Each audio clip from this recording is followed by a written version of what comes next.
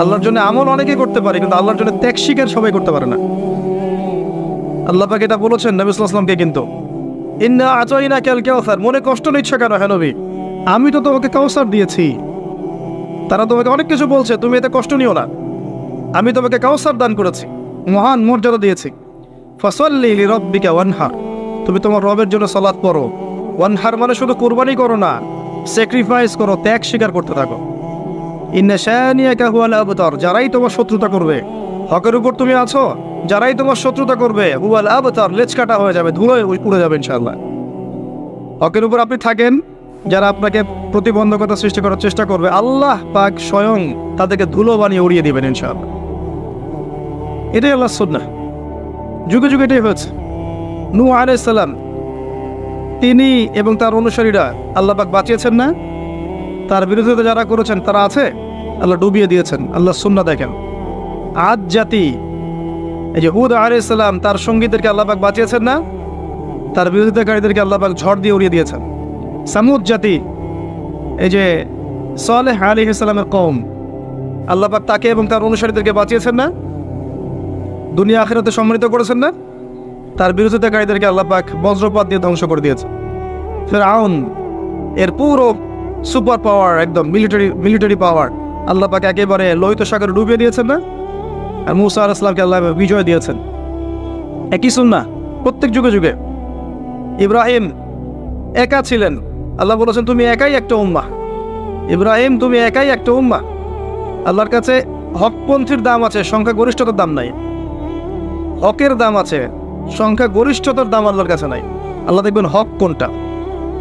1 কোটি মানুষ যদি বলে যে সুদ হালাল হালাল হালাল, কোশ্চিনকালে হালাল হয়ে যাবে না। একটা মানুষ দাঁড়িয়ে যদি বলে সুদ হারাম, হারামই থাকবে। এটাই আল্লাহর সুন্নাহ, এটাই হক। ওয়াকুল হাক্কু মির রাব্বিকুম, হক তোমার রবের পক্ষ থেকে আসে। ফামান শাআ ফালইউমিন, যার ইচ্ছা হয় ঈমান আনুক, ওয়া মান শাআ ফালইয়াকফুর, যার ইচ্ছা হয় অস্বীকার করুক। ইন্না আ'তাদনা লিয-যালিমিনা নারান, আমি জালেমদের জন্য নার, আগুন প্রস্তুত করে রেখেছি। আহাতা বিহিম সুরাদিকুহা, একেবারে ঘিরে ধরবে আগুন ওদেরকে। ওয়া ইস্তাগীথু মান ইউগাথু কালমুহলি ইয়াশবিল ওয়ুজুহ, এমন পানি দেওয়া হবে ওদেরকে, পানি চাইলে ওই সময়, যে পানি ঢালা মাত্রই সব দেহ ঝলসে যাবে, মুক্ত। নাউযুবিল্লাহ। তো আল্লাহ পাক হকের মানদণ্ড দিয়েছেন, আল্লাহর পক্ষ থেকে যা আসে। একই সুন্নাহ, ইব্রাহিমের সুন্নাহ সেম, তাকে আল্লাহ পাক বিজয় দিয়েছেন, নমরুদকে ধ্বংস করেছেন। আসেন এই যে মুহাম্মদ সাল্লাল্লাহু আলাইহি ওয়াসাল্লামের যুগে আসেন, এই যে আবু লাহাব, আবু জাহেল, উতবা সাহেব আছে, কার অস্তিত্ব আছে? নাই। বদর কূপে লাশ পাওয়া গেছে, পাওয়া যায়নি। মুহাম্মদ সাল্লাল্লাহু আলাইহি ওয়াসাল্লাম এবং তার আদর্শ কিয়ামত পর্যন্ত টিকে থাকবে ইনশাআল্লাহ। এটাই রাসূলের সুন্নাহ, আল্লাহর সুন্নাহ, এগুলোই।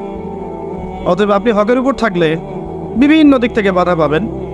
এই সময়টাতে যদি আপনি সবর করতে পারেন, আল্লাহর পথে চলতে পারেন, ধৈর্য ধরতে পারেন, আল্লাহর জন্য সব সয়ে নিতে পারেন, ইনশাআল্লাহ দুনিয়াতে আল্লাহ সম্মানিত করবেন, পরকালে জান্নাতের টুকরা দান করবেন ইনশাআল্লাহ। আর পরকালের সাফল্যই চিরস্থায়ী। বাল তু'থিরুনাল হায়াতাদ দুনিয়া, তোমরা এই দুনিয়াকে প্রাধান্য দিয়ে থাকো। ওয়াল আখিরাতু খায়রু ওয়া আবকা, কিন্তু পরকাল চিরস্থায়ী এবং উত্তম। তো অ্যাজ এ ইয়াং স্পিকার আমি এটা বলছি যে তরুণরা যারা দিনের পথে আসবেন, প্রত্যেক ধাপে ধাপে আপনাকে প্রতিবন্ধকতা ফেস করতে হবে। জার্নিটা সহজ হবে না। পরিবার, সমাজ বাধা দিবে, ধর্মনেতারাও বাধা দিবে। যখন দেখবে আপনার মেহনতের ফলে ধর্ম ব্যবসায় ভাটা পড়েছে, তখন আপনাকে বাধা দিবে।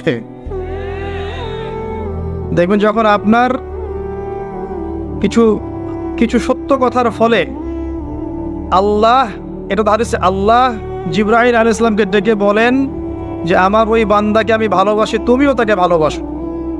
জিবরাইল আলাইহিস সালাম সমস্ত ফেরেশতাদেরকে বলেন আল্লাহ আমাকে বলেছেন আল্লাহ ওই বান্দাকে ভালোবাসেন, আমি ওকে ভালোবাসি, তোমরাও তাকে ভালোবাসো। এরপর ফেরেশতারা দুনিয়াবাসীর উপর ঘোষণা করে যে আল্লাহ অমুক বান্দাকে ভালোবাসেন, জিবরাইল অমুক বান্দাকে ভালোবাসেন, আমরাও এই বান্দাকে ভালোবাসি, হে জমিনবাসী তোমরাও তাকে ভালোবাসো। তখন গিয়ে দেখবেন যে আল্লাহর পথের কোনো সৈনিক, কোনো আলেম, কোনো মুআল্লিম, কোনো মুজাহিদ, তার প্রতি আল্লাহর পক্ষ থেকে মানুষের মধ্যে একটা ভালোবাসা সৃষ্টি হয়ে যায়। এটা এমনি এমনি হয় না, এটা এমনি এমনি হয় না। এই উম্মার মধ্যে এমন অনেক মানুষ আছেন যাদের নাম এখন পর্যন্ত মানুষ শ্রদ্ধার সাথে স্মরণ করে, করে না? তারা কি মানুষকে টাকা দিয়ে ওয়াজ মাহফিলে নিয়ে আসছিল? আসে নাই। মহব্বত থেকে আসে নাই। তা আপনি যখন এভাবে খেদমত করতে থাকবেন, সবার তো সয়ে যাবে না। কিছু মানুষের গাত্রদাহ হবে, কিছু মানুষের হিংসা হবে, ঈর্ষা হবে, কিছু মানুষের ধর্ম ব্যবসায় ভাটা পড়বে, কিছু মানুষের পরশ্রী কাতরতা রোগে ভুগবে, কিছু মানুষ ইন্টেনশনালি আপনাকে ডাউন করার চেষ্টা করবে। এবং ইসলামের বিরোধী শক্তিরা এই মানুষগুলোকে কাজে লাগাবে।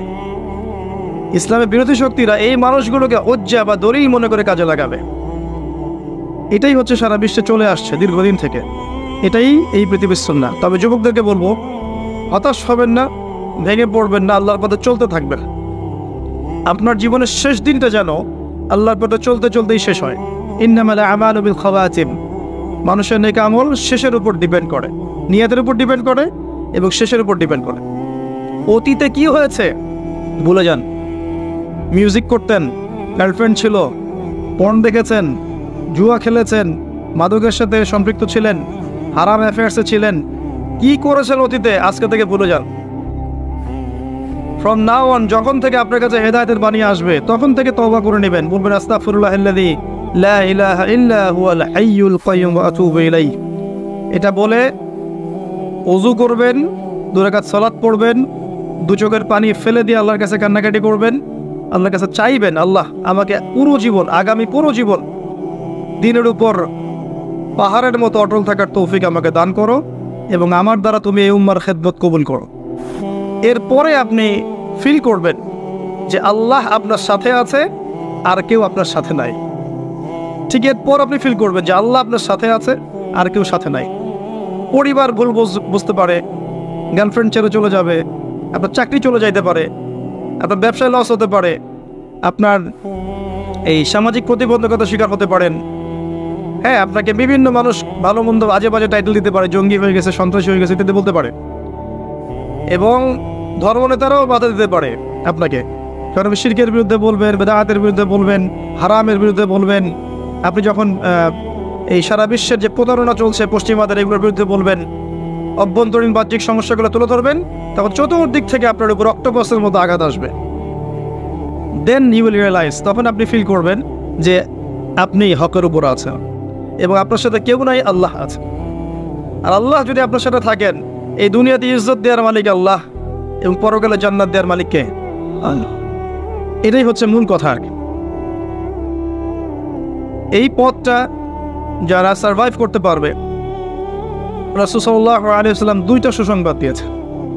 একটা হচ্ছে যে একটা হাদিসে নবী সাল্লাল্লাহু আলাইহি ওয়াসাল্লাম বলেছেন যে 7 শ্রেণীর মানুষকে আল্লাহ রাব্বুল আলামিন কিয়ামতের মাঠে তার আরশের ছায়ায় ছায়া দিবেন। ওই দিন ওই ছায়া ছাড়া অন্য কোনো ছায়া থাকবে না। তার মধ্যে এক শ্রেণী হচ্ছে সেই যুবক যে তার নিজের যৌবনকালটাকে আল্লাহর পথে বিলিয়ে দিয়েছে।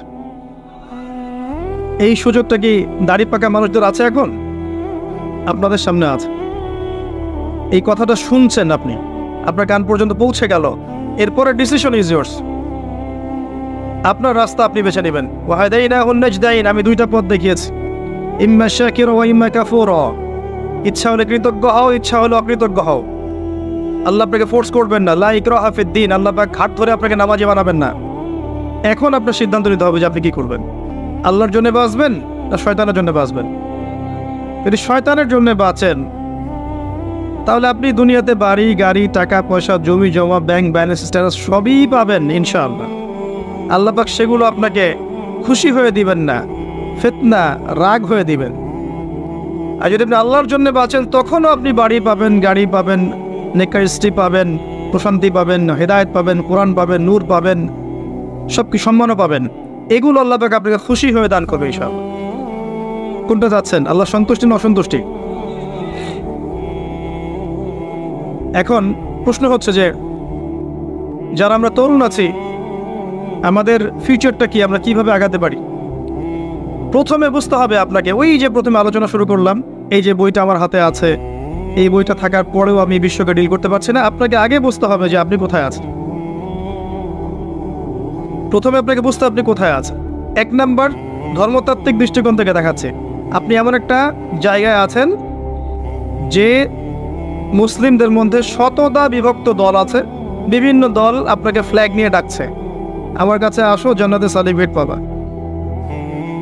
এবং বলবে সবাই আমার ফর্ম পূরণ করো, এটা হক, জান্নাত আমার, তোমার লিজ লাগলে নিয়ে যাও। ভাবখানে এমন হবে। কেউ কেউ এমন বলবে যে আমরা চূড়ান্ত সহি, এর উপর কোনো সহি নাই। ওই সহির মধ্যেও দেখবেন আবার আরো 4-5টা দল। তখন আবার কি করবেন? সহি এ, সহি বি, সহি সি, সহি ডি, এরকম হবে। সবাই বলবে যে আমি হক। ওয়ালা তাকুনু মিনাল মুশরিকিন, মুশরিকদের অন্তর্ভুক্ত হয়েও না। আল্লাযীনা ফাররাকু দীনাহুম ওয়া কানু শিয়া, যারা তাদের দ্বীনকে ভেঙে টুকরা টুকরা করেছে। কুল্লু হিজবিন বিমা লাদাইহিম ফারিহুন, প্রত্যেক হিজব বা দল তাদের কাছে যা আছে এটা নিয়ে উৎফুল্ল থাকে। এই হচ্ছে বাস্তবতা। আল্লাহ পাক বলেছেন ওয়া'তাসিমু বিহাবলিল্লাহি জামিআন, একসাথে আল্লাহর রজ্জু শক্ত করে ধরে থাকো। ওয়ালা তাফাররাকু, বিভক্ত হয়ে যেও না। ওয়ালা তাফাররাকু, বিভক্ত হয়ে যেও না। বাল নাহনু ফাররাকনা, কিন্তু আমরা বিভক্ত হয়ে গেছি। আল্লাহ বলেছেন ওয়ালা তাফাররাকু, বিভক্ত হয়েও না, কিন্তু আমরা কি করেছি? বাল ফাররাকনা, আমরা বিভক্ত হবই। কি করবেন এখন? সহজ সলিউশন দিচ্ছি। যারা বিভক্ত তারা সবাই মুসলিম। এদের মধ্যে কিছু আছে স্পষ্ট শিরকি আকীদা আছে, স্পষ্ট কিছু বেদাতি আকীদা আছে। স্পষ্ট শিরক, স্পষ্ট বেদাত, স্পষ্ট কুফর ছেড়ে দেন, বাকিদের কথা চিন্তা করেন। এরা সবাই মুসলিম। এই প্রত্যেক মুসলিম কমিউনিটির ভালো জিনিসগুলো আপনি গ্রহণ করে নেন। প্রত্যেক মুসলিম কমিউনিটির ভালোটুকু আপনি নিয়ে নেন, খোলা মনে নেন।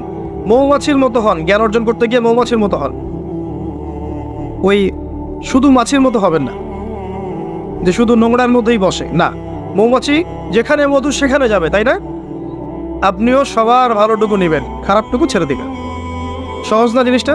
এবং সবাইকে ভাই মনে করবেন। ইসলাম বৈচিত্র্যময়, একই বিষয়ে একাধিক মাসআলা থাকতে পারে। আপনি একটা ফলো করলে বাকিদেরকে শ্রদ্ধা করতে শিখুন।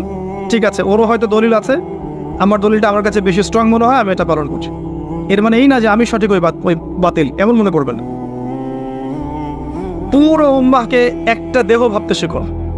শুধু আমাদের দেশের মুসলিমদের কথা বলছি না, যদি ইয়েমেনের কোনো মুসলিম বাচ্চাকে বোম মেরে হত্যা করা হয় আপনার মন যেন কাঁদে। যদি মিয়ানমারের কোনো মুসলিমকে মেরে হত্যা করা হয় আপনার মনটা যেন কাঁদে। অ্যাটলিস্ট প্যালেস্টাইনে যদি হত্যা করা হয় আপনার মনটা যেন কাঁদে। Iraq, Iran, Lebanon, Jordan, Syria, যে আফগানিস্তান, পাকিস্তান, সমস্ত জায়গায় মুসলিমদের কিন্তু হত্যা করা হয় অমুসলিমদের কর্তৃক। আপনার মনটা যেন কাঁদে যে আমাদের উপর জুলুম হচ্ছে। যদি মন না কাঁদে বুঝবেন মন মরে গেছে, নাই মন, কলব নাই, ডেড, প্যারালাইজড। প্যারালাইজড রোগী দেখেছেন? প্যারালাইজড রোগীর একটা অঙ্গ বড় প্যারালাইসিস হয়ে গেছে, ওখানে আঘাত করলে কি ব্যথা পায়? কারণ আমাদের পুরো বডি প্যারালাইসিস হয়ে গেছে, এক জায়গায় আঘাত করলে আরেক জায়গায় আর ব্যথা লাগে না। তো নবীজি বলেছিলেন সাল্লাল্লাহু আলাইহি ওয়াসাল্লাম, এই উম্মাহ একটা দেহের মতো, যার একটা অংশে আঘাত পেলে অন্য অংশ কি হয়?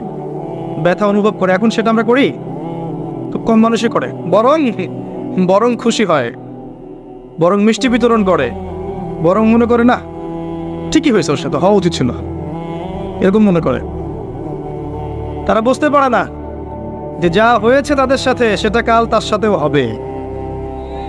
এটা সে বুঝতে পারে না, কারণ তার দৃষ্টি অন্ধ, তার বাহ্যিক চোখ আছে, ভেতরে কোনো চোখ নাই। ভেতরের চোখ দিয়ে দেখলে বুঝতে পারতো আজ যা আমার সাথে হয়েছে কাল আপনার সাথে হতে পারে। তাই এত আত্ম অহমিকায় প্রফুল্ল হবেন না, অন্যের কষ্ট দেখে খুশি হবেন না। কারণ যারা ইসলামের প্রকাশ্য শত্রু তারা কখনোই আপনাকে ওই মাযহাবি বা সংগঠন বা দল তরিকার এই মানদণ্ডে বিচার করবে না, ভৌগোলিকতা জাতীয়তাবাদের মানদণ্ডে বিচার করবে না। তারা দেখবে আপনি লা ইলাহা ইল্লাল্লাহ কালিমা পড়েন কিনা, দ্যাটস অল। এটাই হচ্ছে সারা ওয়ার্ল্ডে, এটা আপনার বর্তমান অবস্থা। এরপরে আরো দেখেন, আপনার অবস্থাকে বুঝেন। আপনার যত মিডিয়া আছে দেখবেন, সমস্ত মিডিয়ার ম্যাক্সিমাম 99% দেখবেন আজকে অন্যদের হাতে, পশ্চিমাদের হাতে। এবং যখন তাদের হাতে তখন দেখবেন আপনি দিনকে রাত বানানো সম্ভব, রাতকে দিন বানানো সম্ভব, সত্য মিথ্যা হয়ে যাবে, মিথ্যা সত্য হয়ে যাবে। পৃথিবীর সবচেয়ে জালেম তাকে উপস্থাপন করা হবে এবং নোবেল প্রাইজ দেওয়া হবে। যে সভ্যতা বিগত 100 বছরে পৃথিবীতে প্রায় কয়েক কোটি মানুষ হত্যা করেছে, এদেরকে বলা হবে মানবতা প্রেমী। আর যখনই দেখবেন অল্প কিছু মুসলিম, এই প্যালেস্টাইনের কথাই বলছে, অল্প কিছু মুসলিম ইহুদের আগ্রাসন চালাচ্ছে, এদের হাতে কিছুই নাই, এরা সামান্য কিছু নিয়ে প্রতিহত করার চেষ্টা করছে, ওরা বলবে যে এরা হচ্ছে মৌলবাদী, সন্ত্রাসী। এই বিষয়গুলো খেয়াল রাখবেন। কোথায় আছেন আপনি? যখন এই বিষয়গুলো তাদের হাতে, তখন আপনি দিনকে রাত বানাতে পারেন, রাতকে দিন বানাতে পারেন। ন্যায় অন্যায় হয়ে যাবে, অন্যায় ন্যায় হয়ে যাবে, আপনি কিছু করতে পারবেন না। কারণ আমাদের মুসলিমদের স্বতন্ত্র আসলে খুব একটা মিডিয়া নাই যেখানে সত্য বিষয়গুলো প্রচার করতে পারবে।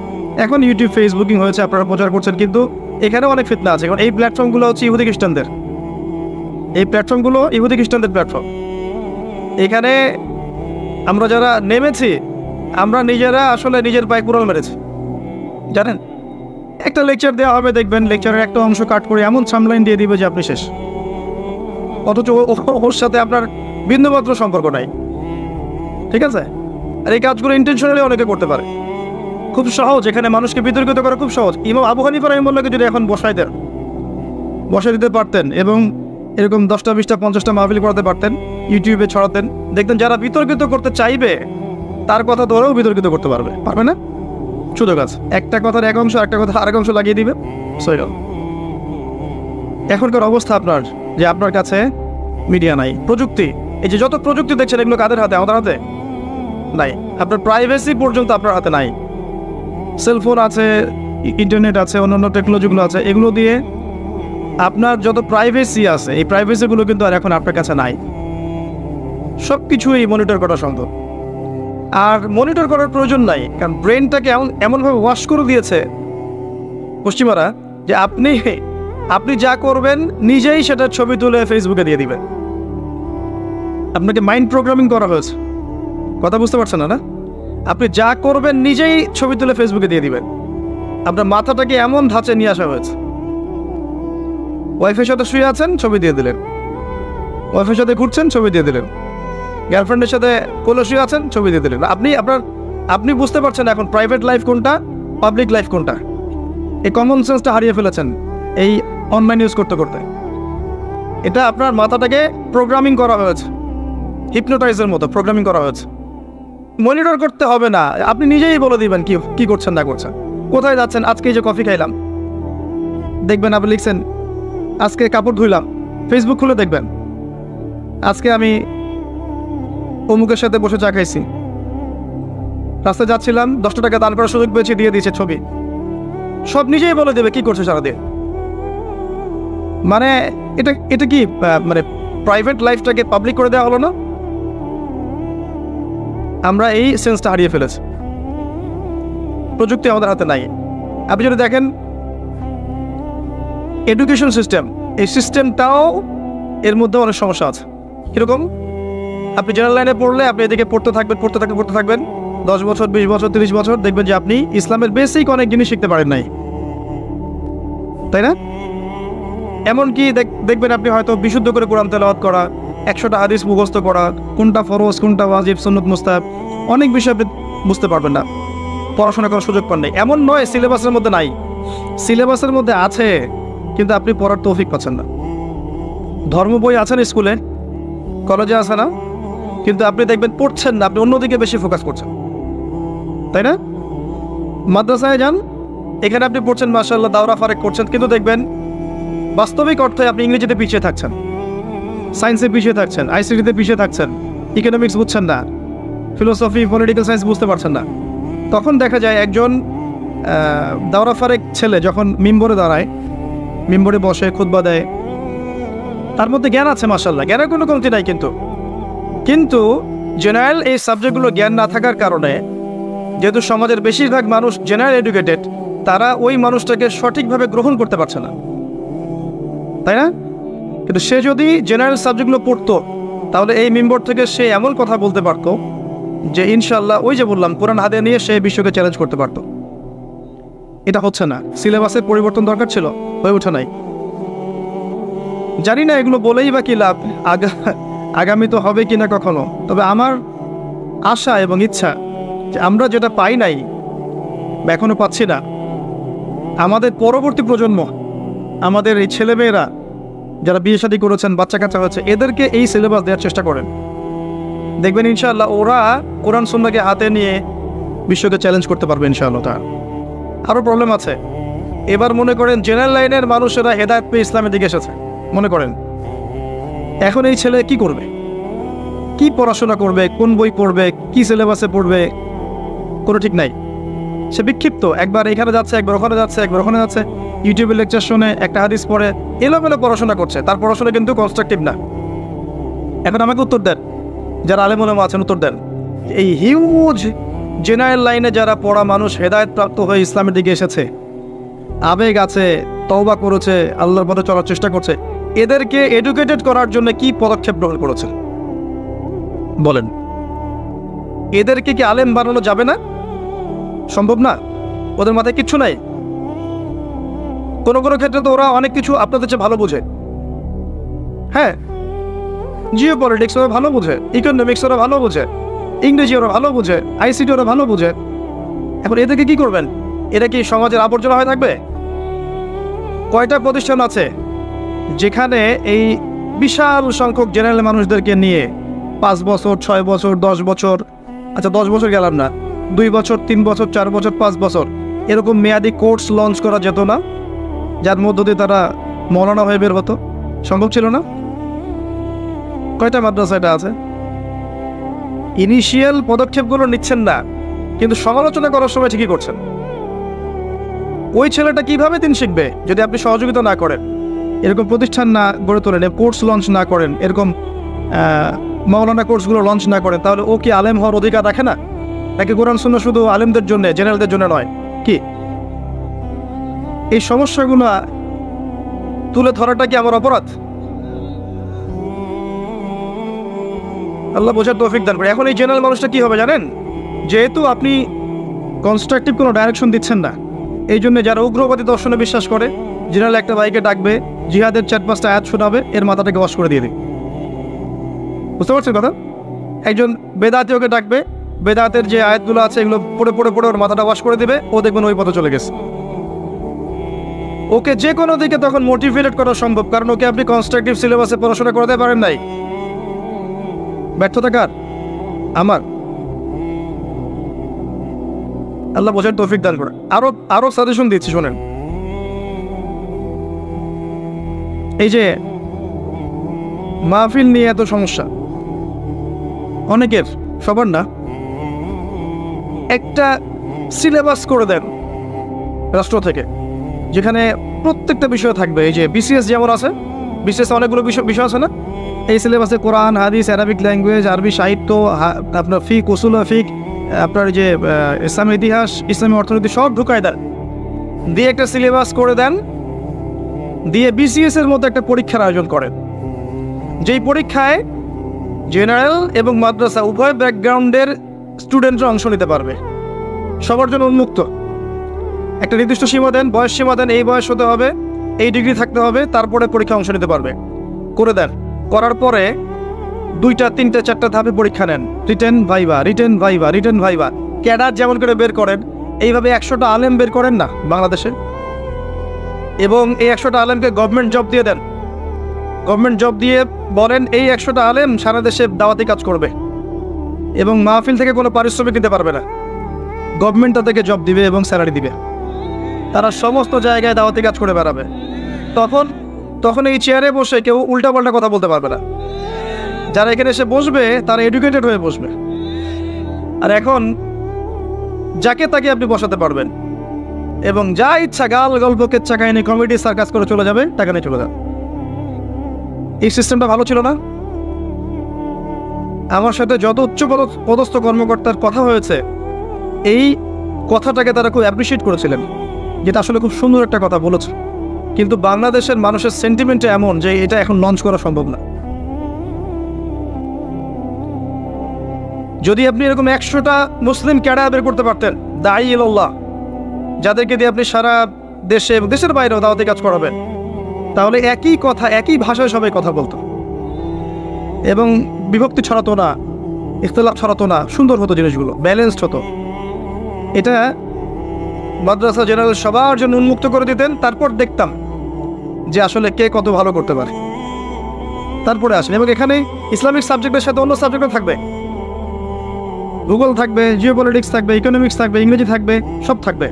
এরপরে আসেন পরীক্ষা দিতে, দেখি কার জ্ঞানের দূর কত দূর। শুধু ডিগ্রি সার্টিফিকেট দিয়ে নয়, আর শুধু এই চিরায়ত একটা ট্রেডিশন আছে যে আমি অনেক বড় আলেম, আমি অনেক কিছু জানি, এই বিষয়গুলোকে দিয়ে নয়। আর বাস্তবতায় পরীক্ষা নিরীক্ষা পর্যবেক্ষণের মধ্যে দিয়ে আসেন, তারপর দেখা যাবে যে সত্যিকার অর্থে যোগ্যতা কারা রাখে কারা রাখে না। দেখবেন তখন এমন অনেক মানুষ উঠে আসবেন যারা ইসলামিক নৈতিকতা প্রাপ্ত এবং জেনারেল ব্যাকগ্রাউন্ড থেকে উঠে আসছে। মাশাআল্লাহ। আমি একটা কথা বলতে গিয়ে এদিকে আসলাম যে জেনারেল ভাইরা যখন উঠে আসছেন তাদের পড়াশোনা করার খুব একটা ক্ষেত্র নাই কনস্ট্রাকটিভ। তাই আমার পরামর্শ হচ্ছে আপনারা মাদ্রাসায় ওস্তাদদের সহবতে যান, যেভাবে প্রাইভেট পড়েন সেভাবে একটা একটা করে বই মাদ্রাসার টিচারদের কাছে পড়তে থাকেন। মিজান থেকে শুরু করেন, মন সাহেব পড়েন, নাহু পড়েন, হেদায়ত নাহু পড়েন, আস্তে আস্তে করে উঠতে থাকেন। হাদিসের কিতাবগুলো পর্যন্ত যান, দেখবেন একটা লেভেলে গেলে আপনি কিন্তু গবেষণা করতে পারবেন ইনশাআল্লাহ।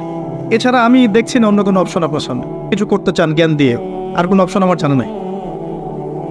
তবে ওই যে বললাম, আপনার পরবর্তী জেনারেশন, আপনার সন্তান, আপনার ছেলে মেয়েদের জন্য এমন প্রতিষ্ঠান গড়ে তোলেন যেখানে এমন সিলেবাস থাকবে যে ওরা প্রতিটা বিষয় সম্পর্কে জ্ঞান অর্জন, জেনারেল লাইনেও পড়বে, হাফেজও হবে, কোরআন তাফসিরও করতে পারবে, অ্যারাবিক ল্যাঙ্গুয়েজও জানবে। ইনশাল্লাহ দেখবেন ও পরবর্তীতে এমন একজন আলেম হবে যাকে দেখলে মানুষ বলবে না যে মোল্লার দৌড় মসজিদ পর্যন্ত, এটা বলবে না, বলার সাহসই পাবে না ইনশাআল্লাহ তাআলা। যুবক ভাইদের প্রতি ফার্স্ট নসিহত হচ্ছে এই জিনিসটা, এডুকেটেড হন, পড়াশোনা করেন, আপনার অবস্থানটা বোঝেন। ধর্মতাত্ত্বিক ক্ষেত্রে এই অবস্থায় আছি, আপনার পড়াশোনার ক্ষেত্রে এই অবস্থায় আছি, মিডিয়ার ক্ষেত্রে এই অবস্থায়, সংস্কৃতিতে আসেন, ওয়ার্ল্ড ওয়াইড সংস্কৃতিতে কোন জায়গায় আছেন আপনি? এই যে আপনার এই যে আপনার পর্নোগ্রাফি, আপনার এই যে মাদক, আপনার এই যে পাবজি বা আপনার টিকটক, আপনার এই যে যত কিছু আছে এখন, ফ্রি ফায়ার, আপনার যে ক্যাসিনো,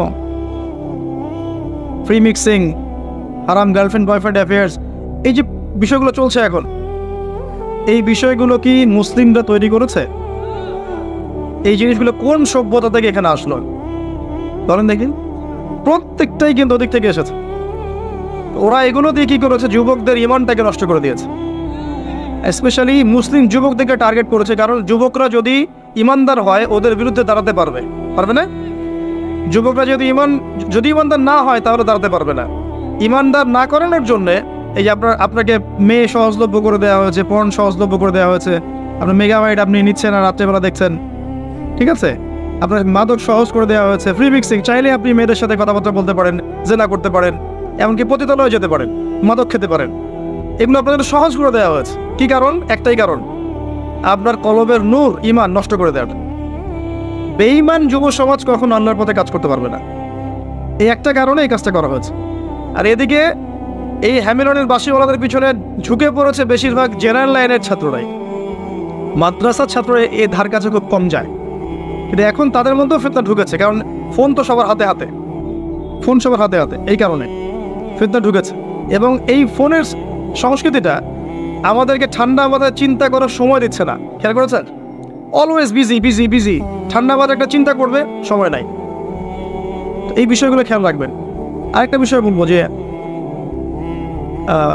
জিওপলিটিক্যাল একটা বিষয় বলবেন। পুরো বিশ্বের নিয়ন্ত্রণ আপনার মিডিয়ার, প্রযুক্তির, অস্ত্রশস্ত্রের, পারমাণবিক অস্ত্রের, পলিটিক্সের, ইকোনমিক্সের নিয়ন্ত্রণ কিন্তু নিয়েছে পোস্ট বাড়ায়। এদের আন্ডারে এখন আমরা আসলে অসহায়ের মতো পড়ে আছি বিগত 100 বছর থেকে। এই জায়গায় আরেকটা বড় ইস্যু হচ্ছে ইকোনমিক ইস্যু, কারণ ইকোনমি তারা নিয়ন্ত্রণ করেছে সুদের মধ্য দিয়ে ইকোনমি নিয়ন্ত্রণ করেছে, এবং আপনার রক্তগুলো চুষে খেয়েছে ওরা। আমি এটা নিয়ে আলাদা একটা লেকচার বা খুতবা দিব ইনশাআল্লাহ, ইসলামিক ইকোনমিক্সের, ওই দিন ডিটেলস বলবো ইনশাআল্লাহ। এতটুকু শোনেন, রিবা মার্কেটটাকে ব্লক করে ফেলে, ধনী হতে থাকে, গরিব হতে থাকে। এখানে আপনি সাম্য পাবেন না। এই কারণেই দেখবেন বিশ্বের একটা অংশ দিন দিন ধনী হয়েছে আর বাকি অংশগুলো গরিব হচ্ছে। এরপরেও আছে বোগাস কিছু মনিটরি সিস্টেম, যার মধ্য দিয়ে সম্পদের মান কমিয়ে দেওয়া হয়েছে। আপনার কাছে মনে হচ্ছে আপনি অনেক কিছুর মালিক, কিন্তু আদতে আপনি সম্পদ হারাচ্ছেন, পরে বুঝবেন ইনশাআল্লাহ। এই অবস্থায়, এই আপনার চতুর্দিক থেকে এই ফিতনাময় অবস্থায় একজন যুবক যদি ইসলামের জন্য কিছু করতে চায়, বা একজন যুবতী করতে চায়, একটা কমিউনিটি করতে চায়, কিভাবে করবেন? ওই বারবার যে কথা বলে আসছে আবার সে কথাই বলছে। প্রথমত এডুকেটেড হতে হবে, পড়াশোনা করতে হবে। দ্বিতীয়ত আপনার নূর আর বাসিরা লাগবে, শুধু বাহ্যিক চোখ দিয়ে দেখলে হবে না, কলবের চোখ লাগবে। আর কলবের চোখ জিন্দা করতে হলে আপনাকে আল্লাহর স্মরণ বেশি বেশি করতে হবে, নামাজ বেশি বেশি পড়তে হবে, জিকির বেশি বেশি করতে হবে, তেলাওয়াত বেশি বেশি করতে হবে, মৌতকে স্মরণ করতে হবে, অহংকার, হিংসা, বিদ্বেষ, বিপদ, তহমত ছেড়ে দিতে হবে। তারপরে হৃদয়টা দেখবেন পরিশুদ্ধ হচ্ছে, আপনি আল্লাহর চোখ দিয়ে দেখবেন ইনশাআল্লাহ তখন। এরপরে তাসকি, আত্মশুদ্ধি। আপনার জীবনের যত পাপ এগুলোকে ঝেড়ে ফেলেন, পাপের হিসেব করেন কোথায় কোন কোন পাপ করেছেন। প্রতিটা পাপের জন্য যেগুলো মনে পড়বে আপনার যে ওই পাপ করেছে ওইখানে, ওই পাপ করেছে ওইখানে, আপনি প্রতিটা পাপের জন্য আল্লাহর কাছে তওবা করতে থাকেন বেশি বেশি। যখন দেখবেন আপনার পাপ মনে পড়ছে না, পাপগুলো মনে পড়ছে না, বুঝে নেবেন হয়তো বা আল্লাহ পাক আপনার সব পাপ আমলনামা থেকে মুছে দিয়েছে, এই কারণে হয়তো মনে পড়ছে না, হতে পারে। বেশি বেশি ইস্তেগফার করেন। এরপরে আপনি হালাল রিজিক খোঁজেন, হারামে যায় না। ছোট্ট ব্যবসা করেন, চাকরি করেন, কিন্তু হালাল খোঁজেন, হারামে যায় না, সুদে যায় না, ঘুষে যায় না, আপনি যে দুর্নীতিতে যায় না, প্রতারণা যায় না। ব্যবসা করবেন নবীর পদ্ধতিতে করেন, চাকরি করলে তার পদ্ধতিতে করেন, হালালে থাকেন। হালাল রিজিকের ব্যবস্থা হয়ে গেলেই আপনি ভবিষ্যতের জন্য কিছু সম্পদ জমানোর চেষ্টা করেন। আর সম্পদ জমানোর ক্ষেত্রে সতর্ক থাকবেন, এমন কোনো ক্ষেত্রে সম্পদ জমায়েন না যেটা সাস্টেইনেবল না। কঠিন শব্দ বলেছে, মানে যেগুলোর ইন্ট্রিনসিক ভ্যালু নাই, অন্তর্নিহিত মান নাই। মানে ধরেন আপনি জমি কিনেছেন, ফর এক্সাম্পল, জমি কি থাকবে নাকি থাকবে না? থাকবে না। জমির দাম কি বাড়বে না কমবে?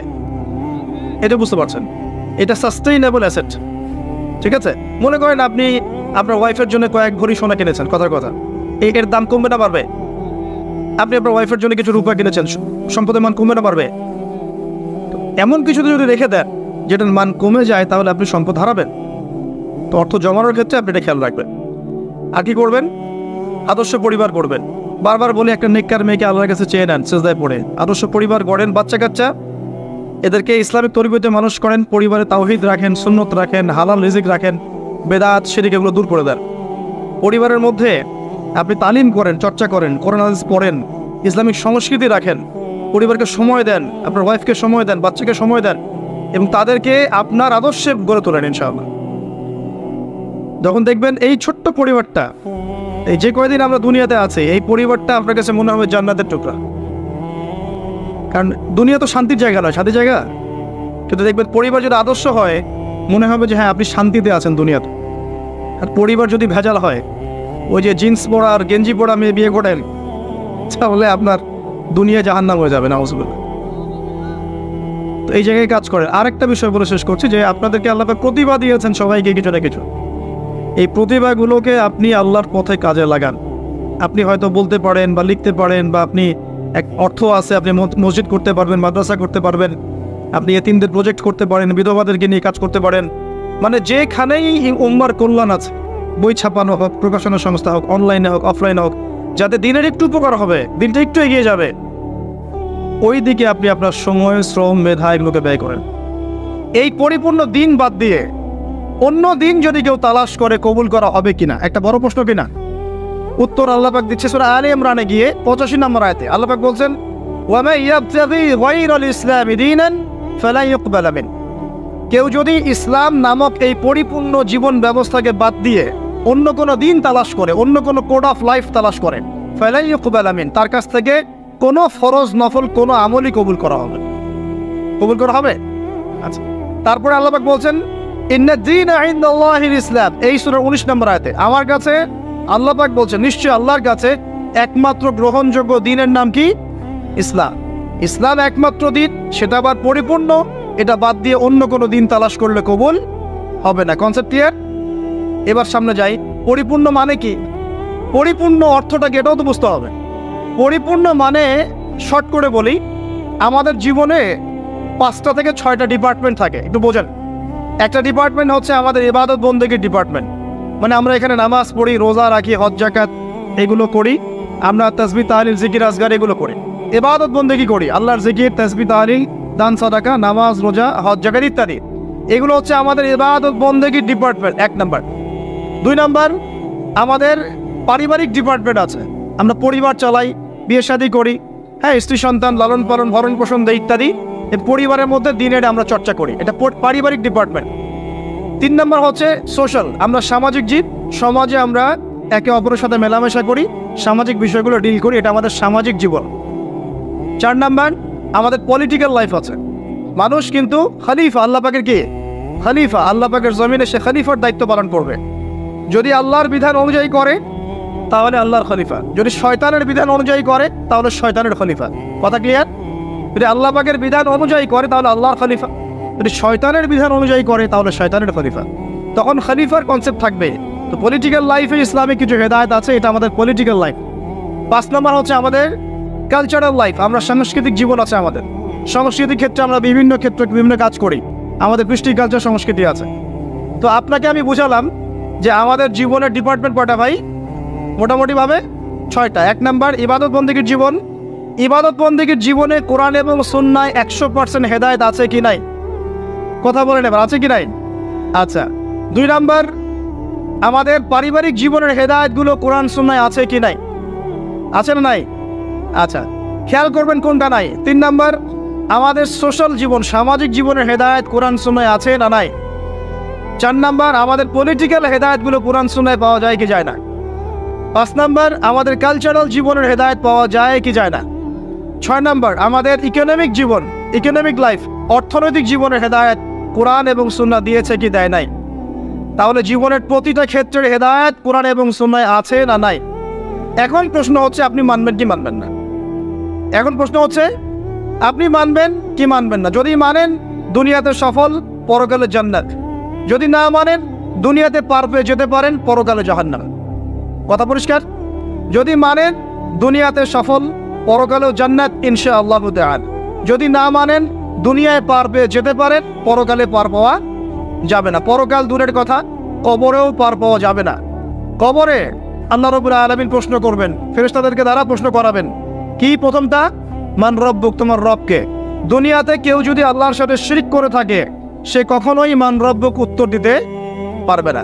দ্বিতীয় প্রশ্ন করা হবে মা দীনুক, এই দিন ইসলামকে যদি পরিপূর্ণরূপে কেউ গ্রহণ না করে, বিশ্বাস পোষণ না করে এবং আমলের চেষ্টা না করে, সে মা দীনুক উত্তর দিতে পারবে না। প্রশ্ন করা হবে মান হাযার রাজুল বুইসা ফীকুম, এই ব্যক্তিকে যাকে তোমাদের কাছে পাঠানো হয়েছে, সে যদি পৃথিবীতে দুনিয়ার জীবনে রাসূল সাল্লাল্লাহু আলাইহি ওয়াসাল্লামের সুন্নাহর উপর জীবন না করে বা গড়ার চেষ্টা না করে, সে উত্তর দিতে পারবে না যে তিনি হচ্ছেন মুহাম্মদ রাসূলুল্লাহ সাল্লাল্লাহু আলাইহি ওয়াসাল্লাম। তাহলে আমরা শিখতে পারলাম এই পর্যন্ত যে ইসলাম একটা পরিপূর্ণ জীবন ব্যবস্থা। পরিপূর্ণ মানে জীবনের প্রতিটা ডিপার্টমেন্টের হেদায়েত আছে। আর জীবনকে আমরা 6টা ভাগে ভাগ করলাম, দেখলাম যে কুরআন সুন্নাহয় হ্যাঁ প্রত্যেকটা বিষয়ের হেদায়েত আছে। আপনি ব্যক্তি জীবনের হেদায়েত চান, এই যে আয়াত, ইয়া আইয়ুহাল্লাযীনা আমানুত্তাকুল্লাহ হাক্কা তুকাতিহি ওয়া লা তামুতুন্না ইল্লা ওয়া আনতুম মুসলিমুন। ব্যক্তি জীবনে পরিপূর্ণ মুসলিম না হয়ে মৃত্যুবরণ করো না। পাওয়া গেল ব্যক্তি জীবনের হেদায়েত। আপনি সালাতের হেদায়েত চান, আল্লাহ পাক বলছেন আকিমিস সালাহ ওয়া আতুজ যাকাত, সালাত কায়েম করো, যাকাত দাও। আপনি অর্থনৈতিক হেদায়েত পেলেন, সালাতের হেদায়েতও পেলেন। কুরআন তেলাওয়াতের হেদায়েত চান, সেটাও আছে। ওয়াতলু মা উহিয়া ইলাইকা মির রাব্বিক, আছে কি নাই? আছে। আপনি এখন চাচ্ছেন যে পারিবারিক হেদায়েত চাচ্ছি আমি, সূরা তাহরিম খোলেন, 6 নম্বর আয়াত পড়ে দেখেন, আল্লাহ পাক বলছেন কু আনফুসাকুম ওয়া আহলিকুম নারা, নিজে জাহান্নামের আগুন থেকে বাঁচো, পরিবারবর্গকে বাঁচাও। আপনি চাচ্ছেন যে আপনি অর্থনৈতিক হেদায়েত চাচ্ছেন, আল্লাহ পাক বলছেন দেখুন ফাআহাল্লাহুল বাইআ ওয়া হাররামার রিবা, আল্লাহ ব্যবসা হালাল করেছেন, সুদকে হারাম করেছেন। কোন ডিপার্টমেন্ট চান? সবকিছু এখানে আছে। দিন প্রতিষ্ঠা করতে চান, আল্লাহ পাক সূরা সফে বলছেন হুয়াল্লাযী আরসালা রাসূলাহু বিল হুদা ওয়া দীনিল হক লিইয়ুযহিরাহু আলা দীনি কুল্লি। দিন কায়েম করতে চান, আল্লাহ পাক বলছেন, কি বলছেন? ইন তানসুরুল্লাহ ইয়ানসুরুকুম ওয়া ইউসাব্বিত আকদামাকুম। আপনি দায়িত্ব অবহেলা করেছেন, আল্লাহ পাক বলছেন ওয়া ইন তাতাওয়াল্লাউ ইয়াস্তাবদিল কওমান গায়রাকুম। উম্মার ঐক্য চান, আল্লাহ বলছেন ওয়া আতাসিমু বিহাবলিল্লাহি জামিআ ওয়া লা তাফাররাকু। একটা মানে আহলুস সুন্নাহ ওয়াল জামাআহ বা একটা নির্ভেজাল একটা দল চান দাওয়াতের জন্য, আল্লাহ বলছেন ওয়াল তাকুম মিনকুম উম্মাহ ইয়াদউনা ইলাল খায়র ওয়া ইয়া'মুরুনা বিল মা'রুফ ওয়া ইয়ানহাউনা আনিল মুনকার। শ্রেষ্ঠ জাতি হতে চান, আল্লাহ বলছেন কুনতুম খায়রা উম্মাহ উখরিজাত লিন-নাস তা'মুরুনা বিল মা'রুফ ওয়া তানহাউনা আনিল মুনকার। মানে বলতে থাকলে রাত চলে যাবে। এমন কোনো ডিপার্টমেন্ট নাই যে ডিপার্টমেন্ট সম্পর্কে আল্লাহ পাক কোরআন এবং হাদিসে ব্যাখ্যা বিশ্লেষণ করেন নাই। আল্লাহ পাক সূরা কাহফের 54 নম্বর আয়াতে বলছেন যে ওয়ালাকাদ সাররাফনা ফি হাযাল কুরআন লিন-নাস মিন কুল্লি মাসাল, আমি মানব জাতির জন্য প্রতিটা বিষয় এই কোরআনে ব্যাখ্যা করেছি। এখন প্রশ্ন হচ্ছে আমি মানব কি মানব না? এখানে আপনার স্বতন্ত্র স্বাধীন ইচ্ছা শক্তি আছে। আল্লাহ পাক বলছেন লা ইকরাহা ফিদ-দীন, দিনে কোনো বাড়াবাড়ি নাই। ক্বাদ তাবায়্যানা রুশদু মিনাল গায়, এই যে স্পষ্ট হয়ে গেছে যেটা দিক্তমান হেদায়েত এবং যেটা অন্ধকার, মানে যেটা আপনার ভ্রষ্টতা আর যেটা হেদায়েত স্পষ্ট হয়ে গেছে। আপনি চাইলে মানতে পারেন। ওই যে সূরা কাহফে আছে ওয়াকুলিল হাক্কু মির রাব্বিকুম, আয়াত নাম্বার 29, ফামান শাআ ফালইউমিন, যার ইচ্ছা হয় ঈমান নিয়ে আসুক, ওয়া মান শাআ ফালইয়াকফুর, যার ইচ্ছা হয় অস্বীকার করুক। ইন্না আ'তাদনা লিযালিমিনা নারান, আমি জালেমদের জন্য আগুন প্রস্তুত করেছি। ব্যাস এতটুকু। আল্লাহ বলছেন এই দুনিয়াটা কেন? আল্লাহ পাক বলছেন লিয়াবলুয়াকুম আইয়ুকুম আহসানু আমালা, আমি দেখতে চাই তোমাদের মধ্যে আমলে কে শ্রেষ্ঠ।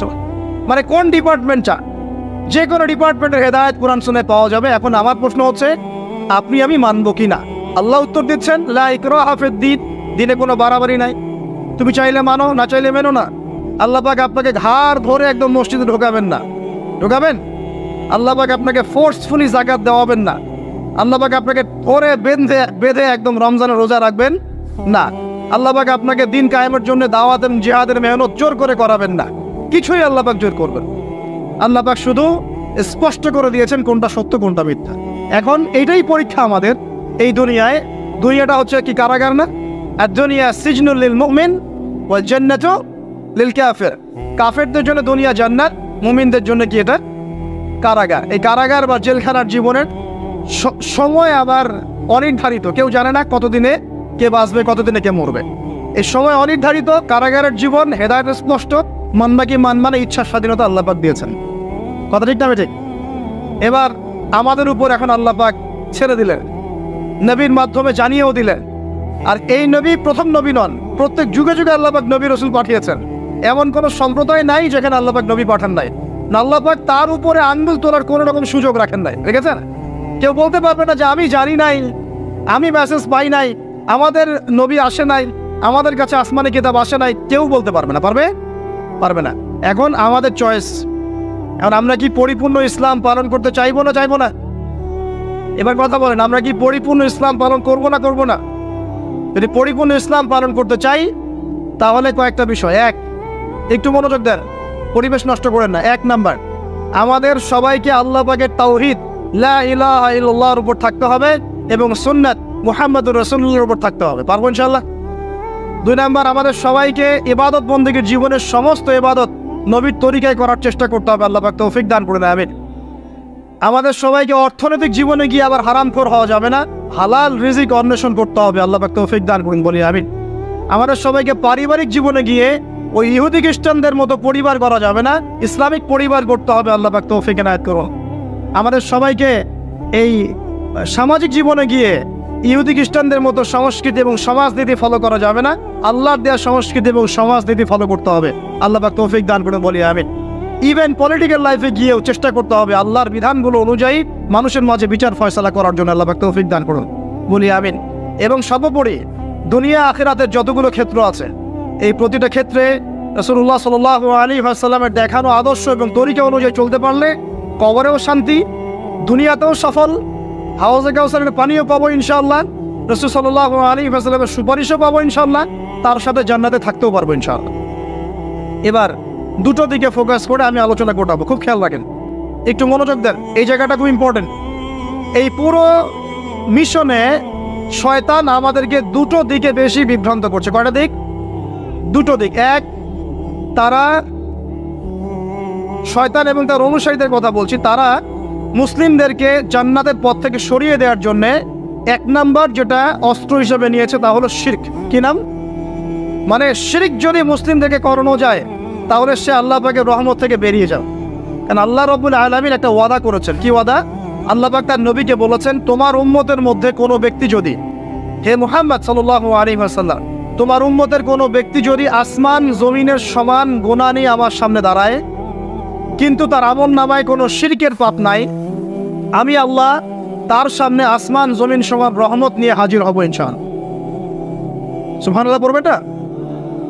মানে এই উম্মতের কোনো ব্যক্তি যদি শিরিক মুক্ত আমল নামা নিয়ে আল্লাহর সাথে সাক্ষাৎ করে, ইনশাআল্লাহ সে জান্নাতে যাবেই যাবে ইনশাআল্লাহ। একদিন না একদিন সে জান্নাতে যাবেই যাবে ইনশাআল্লাহ। কিন্তু কারো আমল নামায় যদি শিরকের পাপ থাকে, তাহলে আল্লাহ পাক বলছেন ইন্নাল্লাহা লা ইয়াগফিরু আন ইউশরাকা বিহি ওয়া ইয়াগফিরু মা দুনা যালিকা লিমান ইয়াশা। আল্লাহ পাক তার সাথে শিরকের গুনাহ মাফ করেন না, এছাড়া যে কোনো গুনাহ যাকে ইচ্ছা মাফ করতে পারে। একটা হাদিসে নবীজি বলছেন, যদি কেউ চুরিও করে, জিনাও করে, কিন্তু শিরক মুক্ত আমল নিয়ে আল্লাহর সামনে দাঁড়ায়, আল্লাহ তাকেও মাফ করে দিবেন ইনশাআল্লাহ।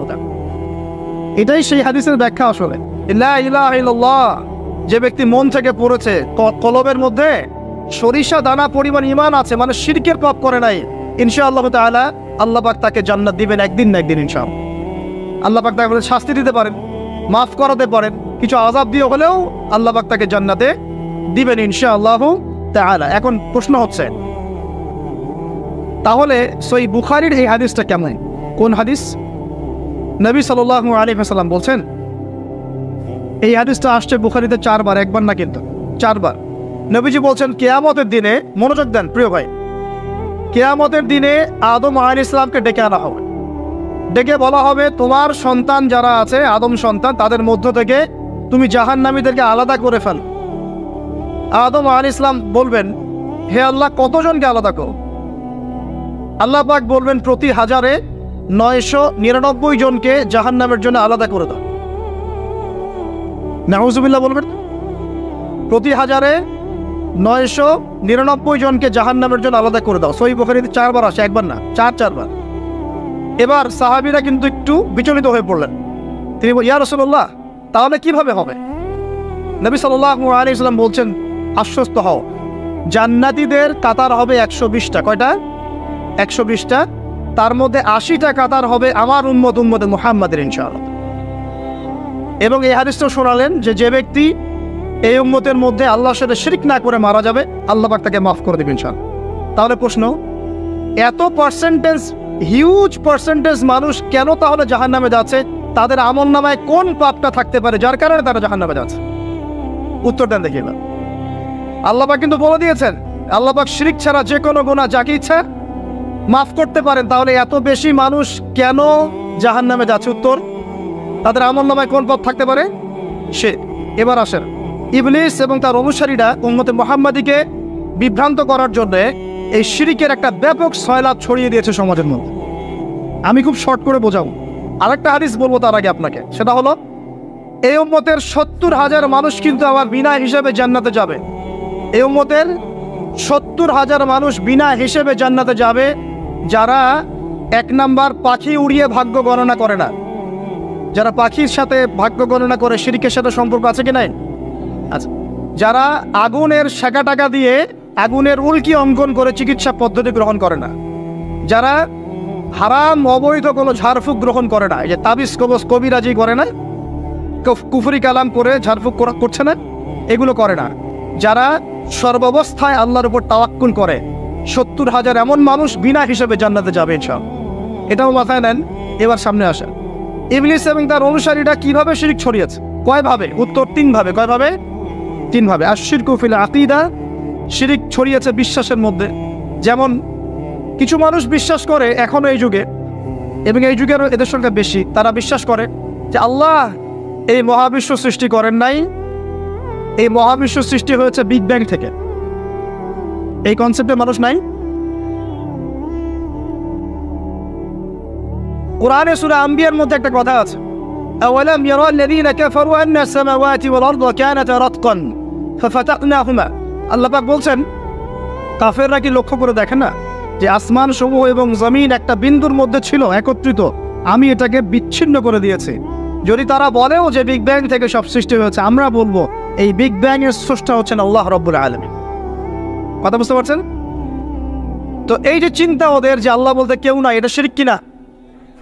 কেউ কেউ চিন্তা করছে যে আল্লাহ আছেন, আরো উপাস্য আছে, যেমন আল্লাহ, তার সন্তান নাউজুবিল্লাহ ঈসা আলাইহিস সালাম এবং পবিত্র আত্মা রূহুল কুদুস। এই সংখ্যায় লোক আছে কি নাই? এদের সংখ্যা কত বিশ্বে? 300-400 কোটি হবে কিনা? না না, আরো কম হবে, হয়তো বেশি বলে ফেলছে। মানে কোটি তো হবেই, 100 কোটির তো বেশি হবে নাকি? সারা বিশ্বে মুসলিমদের সংখ্যা বেশি না খ্রিস্টানদের? খ্রিস্টানদের মধ্যে এক শ্রেণীর খ্রিস্টান, তারা সবাই বলে না, এক শ্রেণীর খ্রিস্টান বলে যে আল্লাহ তিনজন, তিন ইলায় বিশ্বাস, তিন খোদায় বিশ্বাস করে।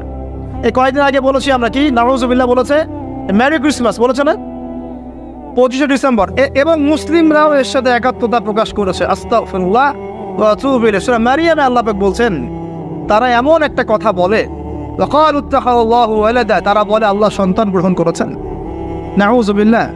লাকাদ জিতুম শাইআন ইদ্দা তাকাদু আস-সামাওয়াতু ইয়াতাফাত্তারনা মিনহু ওয়া তানশাক্কুল আরদু ওয়া তাখিরুল জিবালু হাদ্দা। আল্লাহ পাক বলছেন কথার ওজনগুলো দেখেন। আল্লাহ পাক বলছেন যখন তারা বলে যে আল্লাহ সন্তান গ্রহণ করেছে, তখন আসমান নিজেই ফেটে পড়তে চায়, জমিন নিজেই চৌচির হতে চায়, এবং পাহাড়গুলো নিজেই থরথর করে কেঁপে ভেঙে পড়তে চায়। কিন্তু আল্লাহ পাক এদেরকে ক্ষমতা দিতেন, যে ইচ্ছার স্বাধীনতা দিতেন, হ্যাঁ করো, তাহলে আসমান ফেটে পড়তো। এখন যখন আমরা বলছি যে মেরি ক্রিসমাস, আসমান ফেটে পড়তো। একদিন ওই 25 ডিসেম্বর ছিল, ওই দিন আমি আবার এয়ারে ফ্লাইও করছিলাম, সম্ভবত কক্সবাজার যাচ্ছি প্রোগ্রাম। তো দেখি যে বিমানের মধ্যেই বলা শুরু করলো যে লেডিস এন্ড জেন্টলম্যান, হ্যাঁ ladies and gentleman, welcome to our flight, এগুলো বলছে। বলার পরে বলছে যে মেরি ক্রিসমাস, সবাইকে ক্রিসমাসের আন্তরিক শুভেচ্ছা। তখন আল্লাহর কসম আমার মনে হচ্ছিল যে এখন মনে হয় প্লেনটা ভেঙে পড়ে যাবে আসমান থেকে, কারণ আমি একটা জানি। আল্লাহ পাক বলছেন সূরা মারিয়ামের শেষের দিকে পড়ে দেখেন, আল্লাহ পাক বলছেন ওয়াকালু ইত্তাখাযার রহমানু ওয়ালাদা, তারা বলে রহমান সন্তান গ্রহণ করেছেন। নাউযুবিল্লাহ। তাকাদু আস-সামাওয়াতু ইয়াতাফাত্তারনা মিনহু, এই কথা শুনে আসমান ফেটে পড়তে চায়। ওয়া তানশাক্কুল আরদ, জমিন চৌচির হতে চায়। ওয়া তাখিরুল জিবালু হাদ্দা, পর্বত ফেটে পড়তে চায়, চৌচির হতে চায়। সুবহানাল্লাহ। লাকাদ জিতুম শাইআন ইদ্দা, তোমরা একটা চরম রকম ভয়ঙ্কর মিথ্যা প্রতারণাপূর্ণ কথা নিয়ে এসেছো। যখন বলছে কেউ মেরি ক্রিসমাস, তার মানে সে স্বীকার করছে যে 25শে ডিসেম্বরে আল্লাহ পাক ঈসা আলাইহিস সালামকে জন্ম দিয়েছেন। নাউযুবিল্লাহ। তাই কি না? বুঝতে পারেন না কথা? আর আমরা নামাজে বলছি লাম ইয়ালিদ ওয়া লাম ইউলাদ কুল হুয়াল্লাহু আহাদ আল্লাহুস সামাদ। লাম ইয়ালিদ, তিনি কাউকে জন্ম দেন নাই, ওয়া লাম ইউলাদ, তাকেও কেউ জন্ম দেয়নি, ওয়া লাম ইয়াকুল লাহু কুফুয়ান আহাদ। একবার এই সূরা পড়লে কোরআনের 3 ভাগের 1 ভাগ পড়ার নেকি হয়ে যায়। 3 বার পড়লে 1 খতম কোরআনের নেকি হয়ে যায়। এমনি এমনি হয় না, কারণ কোরআনের 3 ভাগের 1 ভাগ হচ্ছে আল্লাহর তাওহীদ। কোরআনের 3 ভাগের 1 ভাগ কি? আল্লাহর তাওহীদ। এই যে 3 ভাগের 1 ভাগ। আর 1 ভাগ হচ্ছে হুকুম আহকাম, কি করবে কি করবে না। আর 1 ভাগ হচ্ছে হিস্ট্রি, ইতিহাস, কি হয়েছে এই পর্যন্ত বিশ্বে। কোরআন 3 ভাগে ভাগ করতে পারবেন আপনি। প্রিয় ভাইরা, এটা শিরক কিনা? এবং কোটি কোটি মানুষ কি এই শিরকে বিশ্বাস করে কিনা? এখন ওই সমাজে গিয়ে যদি আপনি বলেন সামাজিকতার খাতিরে মেনে নিচ্ছি যে এটা শিরক, তারপরে আমি আপোষ করলাম, চলবে? এখন কিছু মানুষ সামাজিকতার দোহাই দেয়। সামাজিকতা কোন সমাজে? যে সমাজ আমাকে শিরক শেখায় ওই সমাজ, যে সমাজ আমাকে হারাম খাওয়া শেখায় সেই সমাজ, যে সমাজে মানুষ বেদাতি আমল করে সেই সমাজ। কোন সমাজের পূজা করবেন? কোন সমাজের ইত্তেবা করবেন? যেই সমাজ নবী সাল্লাল্লাহু আলাইহি ওয়াসাল্লামের আদলে করা সমাজ, সেই সমাজের আমরা তাবেদারি করবো ইনশাআল্লাহ। আর যেই সমাজ জাহিলিয়াতের আদলে গড়া, সেই সমাজের তাবেদারি করতে হবে। আল্লাহ পাক বোঝার তৌফিক দান করে। তো এই যে কিছু মানুষ এখানে শিরক করছে, তারপর কিছু মানুষ কি বলছে যে গ্রহ নক্ষত্র চন্দ্র সূর্যের উপাসনা করা যায়, করছে না মানুষ? কিছু মানুষ কবর পূজা করছে কিনা? করছে কিনা? কিছু মানুষ মাজারের পূজা করছে কিনা? কিছু মানুষ মৃত ব্যক্তির কাছে এই নজর মানত করে কিনা? কিছু মানুষ মৃত ব্যক্তির কাছে এই যে কুরবানি জবাই করে কিনা? কিছু মানুষ এই যে জাদুবিদ্যার চর্চা করছে কিনা? তারপর ওই যে ভাগ্য গণনা করছে কিনা রাশিফল দেখে? কিছু মানুষ টিয়া পাখির মাধ্যমে ভাগ্য গণনা করছে কিনা? প্রত্যেকটা রন্ধ্রে রন্ধ্রে শিরক। প্রথম শিরক হচ্ছে আকীদার, বিশ্বাসের। আল্লাহ ছাড়া কেউ সন্তান দিতে পারে বিশ্বাস করলে শিরক। আল্লাহ ছাড়া কেউ আমাকে পরকালে বাঁচাবে বিশ্বাস করলেই শিরক। আল্লাহ ছাড়া কেউ আমাকে ভালো করতে পারে বিশ্বাস করলে শিরক। খারাপ করতে পারে বিশ্বাস করলে শিরক। আল্লাহ ছাড়া কেউ উপকার অপকার করতে পারে বিশ্বাস করলে শিরক। আল্লাহ থেকে সব হয়, এই কনসেপ্টের বাইরে গেলেই শিরক হয়ে যাবে। সবকিছু কার থেকে হয়? তো এই যে লা ইলাহা ইল্লাল্লাহ একটা আকীদার বিষয়। প্রথমে আকীদার মধ্যে শিরক ঢুকেছে, একটা শিরক ঢুকেছে আমলের মধ্যে। আশ-শিরকু ফিল আমাল, আমলগুলোর মধ্যে। কিরকম? এই যে আল্লাহ বাদ দিয়ে অন্য কাউকে সেজদা করা, আল্লাহ বাদ দিয়ে অন্য কারোর জন্য নজর মানত করা, আল্লাহ বাদ দিয়ে অন্য কারোর জন্য এই যে আপনি কুরবানি করছেন, হ্যাঁ আল্লাহ ছাড়া অন্য কারোর কাছে দোয়া করছেন, সবই শিরক। এই যে আপনি হাতের মধ্যে একটা বালা পরে আছে, বালাটা খুলতে বললে খোলেন না। কেন খোলেন না? আপনার ধারণা এটা খুলে ফেললে আপনার ক্ষতি হবে, রোগ আর ভালো হবে না। এই যে আকিদা, শিরকি আকিদা, শিরকি আকিদা, টাটকা শিরকি আকিদাটা যদি মনে করেন যে এটা খুললে, এই যে আংটি একটা পরেছেন মনে করেন, এই নিয়াতে পরে থাকেন যে এই আংটি পরার পরে আমার রোগ ভালো হবে, টাটকা শিরকাটা। এমনি যদি পড়েন সৌন্দর্য বর্ধনের জন্য পড়েছি, কোনো সমস্যা নেই, ইন্নামাল আমালু বিন্নিয়াত। কিন্তু যদি এই নিয়াতে পড়েন এই আংটিটা পরলে আমার রোগটা ভালো হবে, খুললে আর রোগ ভালো হবে না, ব্যাস শিরক হয়ে গেছে। তারপরে বিয়ে হচ্ছে না, তাবিজ করতেছে, তাবিজ করলে বিয়ে হবে, শিরক হয়ে গেল। আবার একজন একজনকে ভালোবাসে, অবৈধ ভালোবাসা, বৈধটা না অবৈধটা। এখন তার আবার বিয়ে ঠিক হয়েছে এক জায়গায়, এই বিয়ে সে ভাঙাবে, কবিরাজের কাছে গিয়ে বিয়ে ভাঙানি করতেছে, চালাচালি করতেছে, নকশা আঁকতেছে, করে না? স্বামী স্ত্রীর কথা শোনে না, স্ত্রী চলে গেছে কবিরাজের কাছে, গিয়ে বলছে আমার স্বামী আমার কথা শোনে না, তাবিজ করবো, তাবিজ দেন। স্বামী ঘুমায়, বালিশের নিচে দেখে তাবিজ। আছেন এরকম কুফরি কালা? সবই সে। কেউ জাদুবিদ্যার চর্চা করতেছে মানুষ এখন। এবং বিশ্বাস করেন, আমি একটা নিউজ দিই আপনাদেরকে, এখন বিশ্বের একটা অংশের মানুষ সত্যি সত্যি ব্ল্যাক ম্যাজিক বা কালো জাদু করে। ব্ল্যাক ম্যাজিক বা কালো জাদুর চর্চা হচ্ছে, আবার নতুন করে বিশ্বে কালো জাদুর চর্চা হচ্ছে। এবং এর সাথে কিন্তু জিউসরা সম্পৃক্ত আছে। কারা সম্পৃক্ত? ওই যে যারা প্যালেস্টাইন কেড়ে নিয়েছে ওরাও সম্পৃক্ত আছে। তো খেয়াল রাখতে হবে এগুলো থেকে বাঁচার জন্য কি করব? বাঁচার জন্য প্রতিদিন 5 ওয়াক্ত নামাজ, পবিত্র অবস্থায় থাকার চেষ্টা করা, সকাল সন্ধ্যার মাসনুন দোয়া কালামগুলো পড়বেন হিসনুল মুসলিম বই থেকে। আর এই যে আপনার কোরআন তেলাওয়াত, ডেইলি একটু করে কোরআন তেলাওয়াত করলে ইনশাল্লাহ এই ধরনের চোখ লাগা, বদনজর, জাদুটোনা সবকিছু পরাজিত হয়ে যাবে ইনশাআল্লাহ তাআলা। বহু মানুষ জিনের উপাসনা শুরু করেছে, হ্যাঁ জিন তাবে করছে, জিনকে দিয়ে কাজ করাচ্ছে। এগুলো তো সায়েন্স বিশ্বাস করে না, করে? জিন জাতির অস্তিত্ব আছে কি নাই? ওমা খালাকতুল জিন্না ওয়াল ইনসা, আল্লাহ পাক বলছেন ওমা খালাকতুল জিন্না ওয়াল ইনসা, আমি জিন আর মানুষকে সৃষ্টি করেছি কি জন্যে? ইল্লা লিয়াবুদুন, আমার ইবাদত করার জন্য। আমাদের সবার সাথেই একটা করে শয়তান জিন আছে, আছে না নাই? আছে। বাথরুমে যান না, বাথরুমে যাওয়ার সময় কি দোয়া পড়েন? আল্লাহুম্মা ইন্নী আউযু বিকা মিনাল খুবসি ওয়াল খুবসি আল খাবাইস, মানে কি? খুবসি আল খাবাইস মানে কি? দুষ্ট নোংরা জিন শয়তান। তো সুলাইমান আলাইহিস সালামের যুগ থেকে জাদুবিদ্যার চর্চা চলে আসছে, এবং আমাদের নবী মুহাম্মদ সাল্লাল্লাহু আলাইহি ওয়াসাল্লামকেও কিন্তু জাদু করা হয়েছিল, জানেন না? আমাদের নবী সাল্লাল্লাহু আলাইহি ওয়াসাল্লামের মাথার চুল মোবারককে নিয়ে জাদু করেছিল এক ইহুদি মহিলা, ঠিক আছে? এই জাদুর অস্তিত্ব ছিল একটা কূপের নিচে। আলী রাদিয়াল্লাহু আনহু গিয়ে সেটাকে খুঁজে বের করেন, রাসূল সাল্লাল্লাহু আলাইহি ওয়াসাল্লামের সামনে ওটা ধ্বংস করে দেওয়া হয়। এরপরে এই সময় নাজিল হয় কুল আউযু বিরাব্বিল ফালাক মিন শাররি মা খালাক ওয়া মিন শাররি গাসিকিন ইযা ওয়াকাব ওয়া মিন শাররিন নাফাসাতি ফিল উকাদ। এটা হচ্ছে জাদুর আয়াত। ওয়া মিন শাররিন নাফাসাতি ফিল উকাদ ওয়া মিন শাররি হাসিদিন ইযা হাসাদ। এবার নাজিল হয় কুল আউযু বিরাব্বিন নাস মালিকিন নাস ইলাহিন নাস মিন শাররিল ওয়াসওয়াসিল খান্নাস আল্লাযী ইউওয়াসওয়িসু ফি সুদুরিন নাস মিনাল জিন্নাতি ওয়ান নাস। এই সূরা দুটো নাজিল হয় এই ঘটনার প্রেক্ষিতেই। আমরা তো শানে নজুল অনেকে জানি না। তো এইগুলো এখন শিরকি আকীদা আমাদের সমাজে চলছে। আবার একটা কি, কথার মধ্যে শিরক চলছে। কথা আমরা বলছি আমরাই সমস্ত ক্ষমতার অধিকারী, বলছে কি না? এরকম কথা শোনা যায় না? আর তাবারাকাল্লাযী বিয়াদিহিল মুলক মানে কি?